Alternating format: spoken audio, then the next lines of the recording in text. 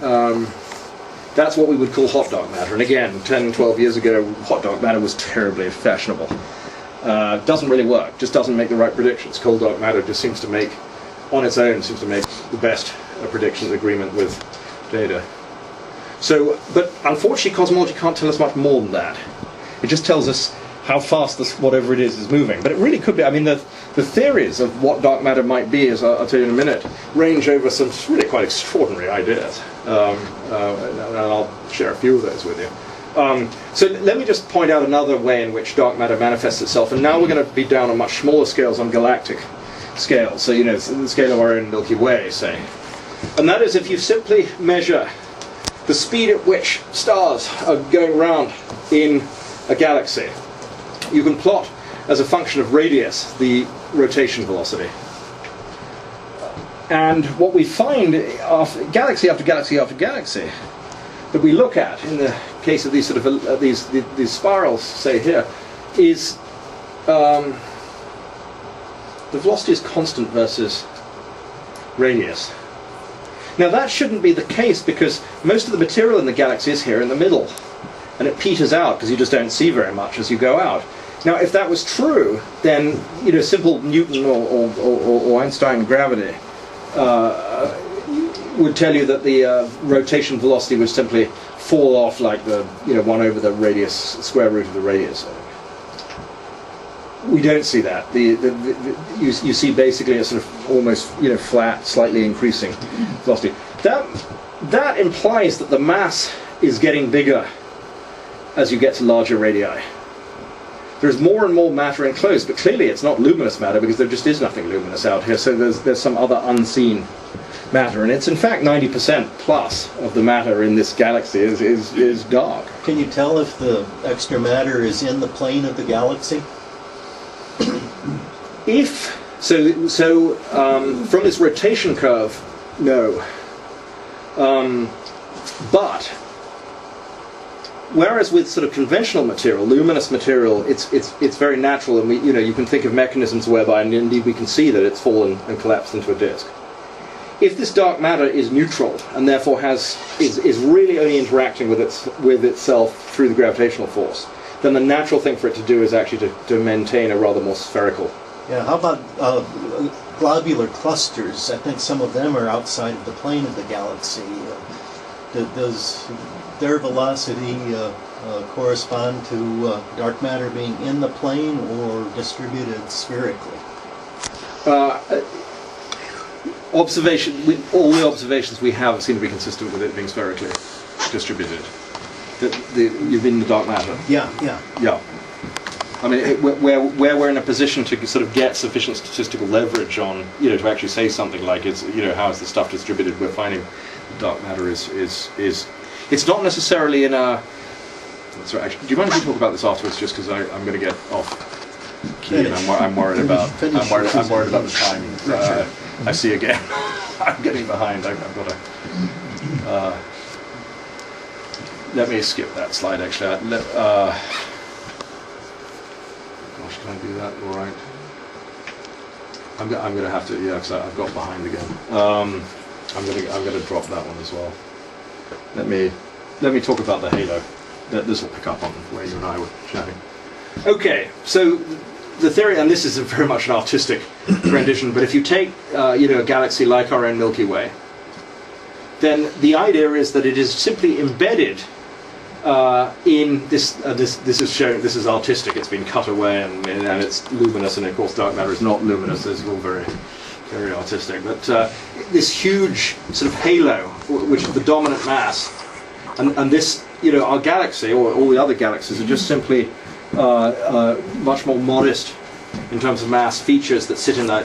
So what happened is that these halos, or spherical sort of distributions of this unseen dark matter were formed early, and the baryonic, the conventional material we're made of, just simply fell into those potential wells. So even though we're used to sort of thinking in astronomical terms that this is the dominant feature, if we could see, and the work of my colleague Jan D'Antonio shown here, and this I must just show you here. So this is Jan's work.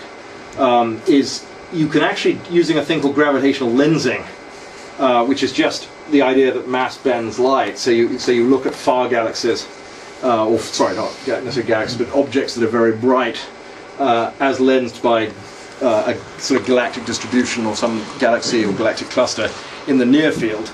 That you can see features here which correspond to the distortion of light in a certain way that lead you to be able to measure the mass of the intervening galaxy. And this gravitational lensing does indeed allow you to be and actually my colleague Greg Tucker at Brown is one of the PIs on this WMAP satellite as well. So as you can see, there's quite a lot going on in Brown here. So anyway, right, move on. Okay, so now a bit of a particle physics lesson. Particle physics explanation. So the early universe, why is it that particle physics gets so excited about this dark matter problem? Well, it turns out, let's just make a very generic argument, which is we're in the early universe, and now rather than being sort of hundreds of thousands of years after the Big Bang, we're actually only a nanosecond after the Big Bang. And what's happening is this fireball is, this explosion is cooling. Now, what happens is that when things are very hot, there's enough energy, if you like, to just create pairs of new particles, and this is happening all the time. And then these particles wander around. They find, a particle finds its an antiparticle, and it recombines. And there's a sort of equilibrium set up of particles being created, finding one another, annihilating, and then created again, annihilated. And this is happening all the time. But the rate of creation of particles is related directly to the temperature. So what I've plotted here is just the temperature of the universe, and this, as I say, is nanoseconds. I mean, this is just time, but for the particles we're about to talk about, these is billionth of a second. That what happens as the universe cools is making particles of a certain mass becomes increasingly difficult when the energy density, if the temperature of the universe cools such that the temperature and the mass in an appropriate units begin to become comparable. So what you find is that the equilibrium number of these particles starts falling because it becomes more and more difficult to create them.